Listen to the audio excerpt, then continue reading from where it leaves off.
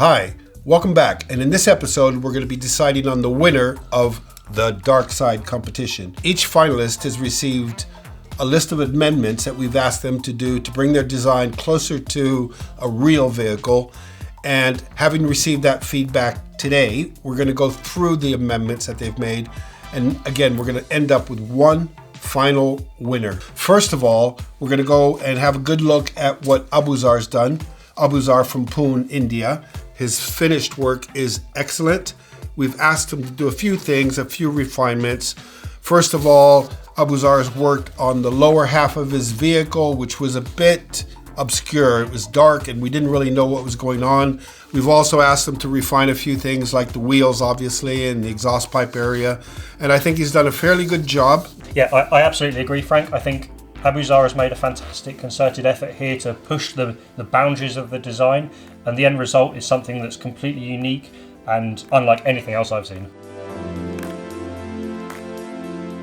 And the next one is the proposal from Jonathan from St. Louis, Missouri. Jonathan did a great job. Again, we asked for a bit of refinement in the sense of making it much more cohesive, adding elements that were missing, such as the headlights. Incredible design, Jonathan, and my hat goes off to you because you've done a really good job of refining it, and now it really looks like something that could definitely go into production but still maintain that cutting edge of a three-wheeler design piece. And again, very, very good work here. Agreed. This design from Jonathan is absolutely fantastic. A really clean, crisp identity. He's accommodated all of the feedback that we've given him, and I think the end result is up there with the best of the best. And the third one now is James's. James has taken a huge step forward with his design. It looked great right from the start, and the refinements that he's done to it now have taken it to a new level, a higher level, obviously. And I would still say there's room for improvement, but as all of them, that's always the case in design.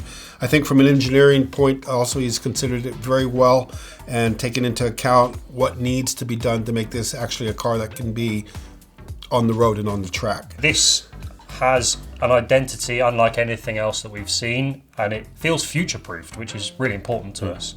It's also the most commanding design, I think. It's instantly identifiable and unique. And now it's time to name the winner. Absolutely. So the design that we've chosen has been a unanimous decision. We think it perfectly encapsulates the essence of the Dark Side, and that designer is James.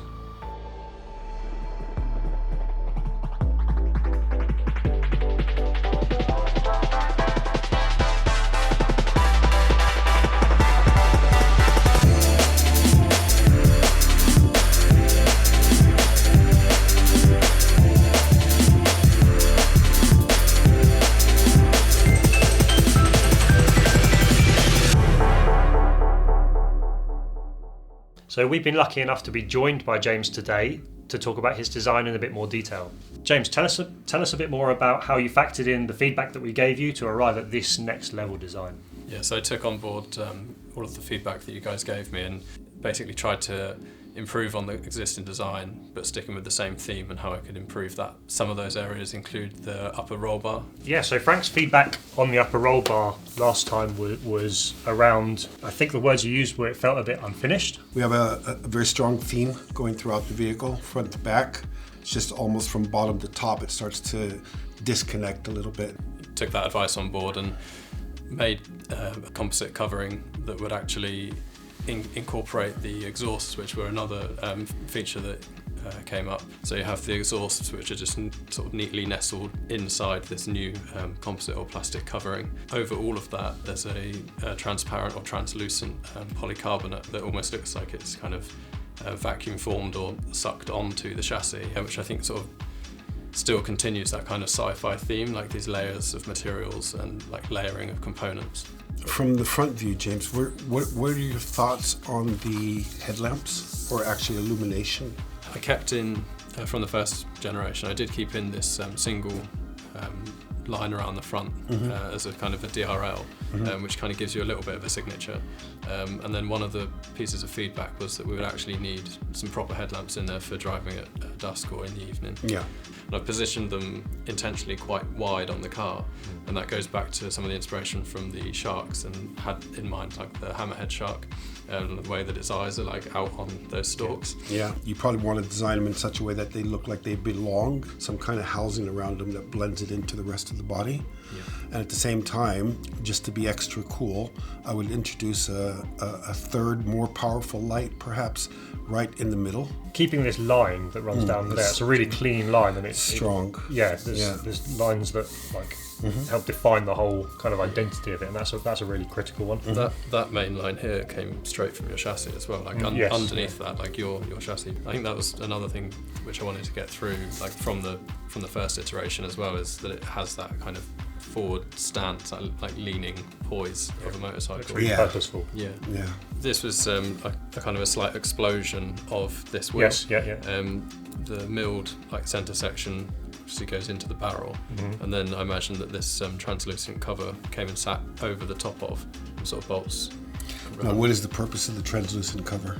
The initial intention was to improve or reduce any like sort of turbulent air being formed around the wheels. Myth. A little bit, but unless that panel has a function in there which is, positive to the outcome of what's happening here, it doesn't make a lot of sense to do it. I know how cool it looks, because the wheel design in itself is strong enough. It's a great looking wheel. It looks cool without the covers as well. Yeah. When the first design landed, Frank, I remember you saying about these like shoulder points, bringing them in to give it a bit more of a muscular presence. You're kind of defeating yourself a little bit and selling yourself short. When you make that plane that narrow, it will tend to make the wheel look narrow if you're looking down from the top.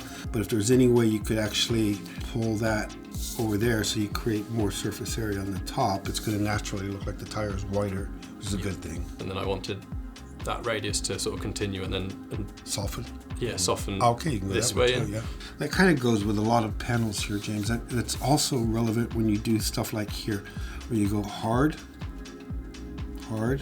and then as you come back, you want to go a little bit softer. Yeah. Right? So no line is actually dragged in. It's always got some kind of either fillet or radius, always has some kind of movement throughout it. So here's a real challenge, right? So we're doing 3 different derivatives, and I'd like to think that we can have features that we can bring in. The higher the spec or the higher the kind of feature content, the more we can bring in. Contextually, it makes sense to have maybe a big active aero brake, maybe on the more powerful versions.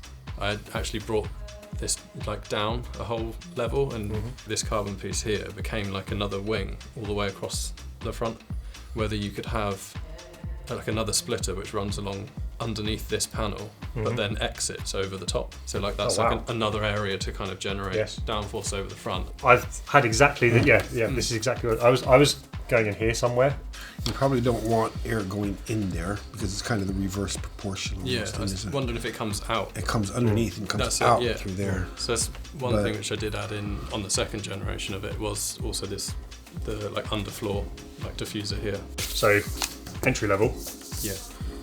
Oh yeah. Normal. I don't know. Next step up. Full race. I mean, that'd be really cool, wouldn't it? Yeah. That'd be cool.